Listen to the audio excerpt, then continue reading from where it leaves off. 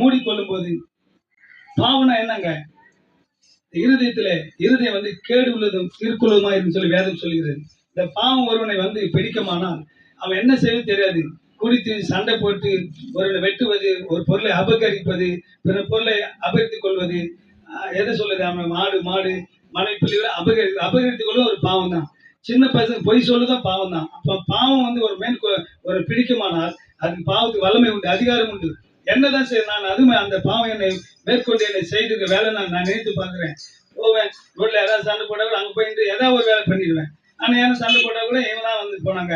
அப்போ அந்த பாவம் வந்து என்னை விடாம இந்த எதாவது குடிக்கணும், சண்டை போடணும். இதுதான் இந்த பாவம்னா ஒரு ஆள் வெட்டுறது, ஒரு இது பண்ணுறது, பொருளை அபகரித்து, பக்கத்து வீட்டில் சமாதானம் இல்லாமல் இருக்குது, இப்படியாகட்ட வேலைக்கு போகக்கூடாது. இப்படியே பாவனை படிப்படியாக சொல்லியே போகலாம். இதான் பாவங்க. இது போக்கு தான் உலகத்துல எங்கேயுமே மருந்து இல்லை. ஆனால் இயேசு கிறிஸ்து ரத்தத்துல மாத்திரமே விடுதலை கிடைக்கும், சமாதானம் கிடைக்குங்க. ஏன்னா நான் அனுபவித்து இருக்கிறேன். அந்த ஏசப்பா என் ரத்தத்தை எனக்கு கழுவும், என் பாவத்தை மன்னி சொல்லும்போது ஒரு பெரிய விடுதலைங்க. பெரிய மாணவர்களே, நீங்கள் யோசித்து பாருங்க, நீங்க சிந்தித்து பாருங்க, நீ செய்து பாருங்க. இது மாதிரி இயேசு கிறிஸ்து ரத்த சகல பயணம் சுத்திகரிக்கும். நீங்க வந்து ஆண்டு பிள்ளைன்னு சொல்லாதீங்க. ஆதாம் முதலே ஆண்டு படைத்தார்ல, அவரை மண்ணினால் உண்டாக்கி அவருடைய ஏசப்பா போல தேவனாய் கர்த்த ஏசப்பா இப்ப இல்ல, ஆதிலே இருக்கிறார். வசனம் சொல்லி ஆதிலே நான் இருக்கிறேன்னு சொல்லி, அப்போ அவரை போலதான் நம்ம படைத்திருக்கிறார். அந்த மண்ணினால் அவரை உண்டாக்கி அவர் சுவாசத்தை ஊதினா ஜீவாத்துமானா. அப்ப அந்த ஆதாமுடைய பிள்ளை தான் நம்ம படிப்படியா வரும்போது நம்முடைய அவர் பிள்ளையா இருக்கார்.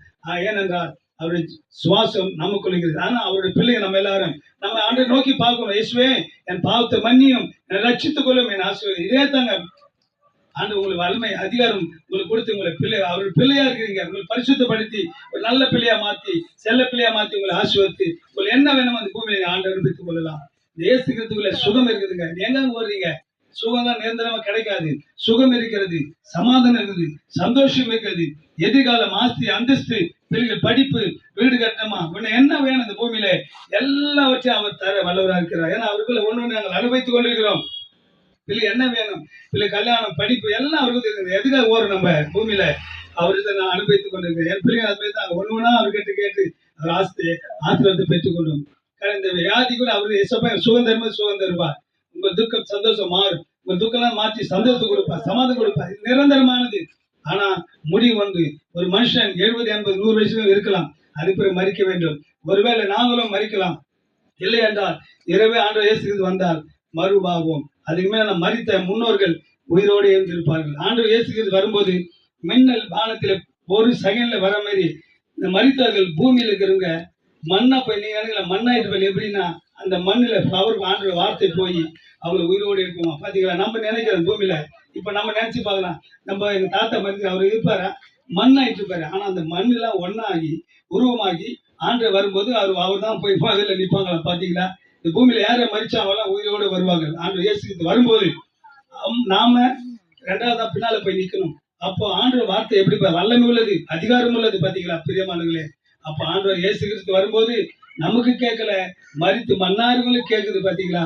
இந்த பூமியில ஆண்டவர் வார்த்தை நான் சொன்னல, கடலை பார்க்கிலும் அலைகளை பார்த்து காத்துற வார்த்தை வல்லமை உள்ளது. பாத்தீங்களா? அப்போ செத்து போன மண்ணு உயிரா வருமா? பாத்தீங்களா பிரியமானவர்களே? நான் சொல்ற வார்த்தை உங்களுக்கு கூட சுகமாக்குங்க. வல்லமை ஆண்டவர் வல்லமை இருக்கு. உங்களுக்கு என்ன வேணும்? சுகம் வேணுமா? சமாதானம் வேணுமா? உங்களுக்கு என்ன வேணும்? நீங்க கேளுங்க. ஆண்டவர், நீங்க ஆண்டவர் பிள்ளைதான். பாத்தீங்களா? ஆண்டு வரும்போது நாமும் அவங்க பின்னால போய் நியாயத்திற்கப்பட்டு அவரை ஏற்றுக்கொண்டது பூமியில அறிக்கை செய்ய, இயேசுவே என் பாவத்தை மன்னியும், என்னை ரட்சித்துக் கொள்ளும் என்று சொல்லுங்க. அவர் பிள்ளையா மாறுங்க. அவரோடு போகலாம் எங்க வானத்துக்கு. ஏற்றுக்கொள்ள அங்கிருந்து கைவிடப்படுவர்கள் நரகத்திலே தூதர்களால் தள்ளப்படுவார்கள் என்று வேதம் சொல்லப்படுகிறது. இதெல்லாம் ஒரு நாள் நடக்கும். இது உண்மை, இது பொய் இல்லைங்க. இப்ப ஆண்டவரத்துக்கு அடைய நடந்து பூமி அதிர்ச்சி நடக்குது, கடல் கொந்தளிப்பு, ஜனங்கள் தற்பிரிய வீம்புக்காரர், அடங்காதவர்கள், சண்டைக்காரர்கள், பிள்ளைகள் கீழ்ப்படி மாட்டாங்க, நாட்டுக்கு நாடு யுத்தங்கள், கடல் கொந்தளிப்பு, வானது அக்னி வரும். லாஸ்ட் தான் பேதுரு பக்தர் சொல்றாரு, இந்த வானத்தின் அக்னி வந்து இந்த பூமியும் வானத்தையும் எரித்து போறோம். அப்போ பூமியில மனுஷன் மட்டும் ஆண்டு எரிக்க மாட்டான். ஏன்னா அவர் ஜீவன் நம்ம கொள்கிறது.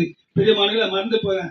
அந்த ஜீவன் நம்ம கணக்கு ஒப்புக் கொடுக்கணும். அதனால ஆண்டு நம்ம தொடர்ந்து வந்து நம்ம நெருக்கி கொண்டிருக்கிறார். பரலோகராஜ்யம் சமீபத்திருது. பிரியமானவர்களே, பரலோகராஜ்யம் சமீபத்திருது. மனம் திரும்புங்கள், பரலோகராஜ்யம் சமீபத்தில் சொல்லி ஆண்டவர் இப்படியே சொல்லி கொண்டு வருகிறார். அது நான் மனம் திரும்பி ஆண்டு இயேசு ஏற்றுக்கொண்டு இந்த பூமியில் நான் எல்லாத்தையும் அனுபவித்துங்க. ஆண்டு ஒவ்வொரு நம்ம என்ன தேவையோ அவர் எல்லாம் தருகிறார். நீங்க எங்க ஓடுறீங்க? இந்த ஆண்டு நோக்கி கூப்பிடுங்க. உங்களுக்கு என்ன வேணும்? பூமியில எல்லாமே தருவார். நீங்கள் நிம்மதி, சமாதானம், சந்தோஷம், சுகம் வேணுமா அவர் கேளுங்க. சமாதானம் அவர் தருவார். ஏன்னா நாங்க அனுபவித்துக் கொண்டிருக்கிறோம். பிரியமானவர்களே, இந்த ஆண்டு இயேசு கிறிஸ்து வேணுமா? இதை நான் கொஞ்சமான வார்த்தை சொல்ற நேரம் இல்லாதபடியால் இந்த ஆண்டு நம்புங்க. ஆண்டவர் உங்களுக்கு நல்ல சுகத்தை ஆசை தருவார். பரலோக ராஜ்யத்தை நமக்கு தருவார். பாத்தீங்களா? இப்படி நீங்க விசுவாசிங்க. உங்களுக்காக ஜெபம் வாங்க, நாங்க ஜெபிக்கிறோம். இல்லைன்னா அந்த வேதத்தை கொண்டு வரேன். அருகில் ஆலயங்கள் இருக்குமானால் ஆலயத்துக்கு போங்க. அந்த பாஸ்டர் எனக்கு ஜெபித்த மாதிரி உங்களுக்கு ஜெபித்து வழிநடத்துவாராக. ஆமென். அல்லேலூயா. உங்களுக்கு ஜெபி. அன்பின் பரலோக பிதா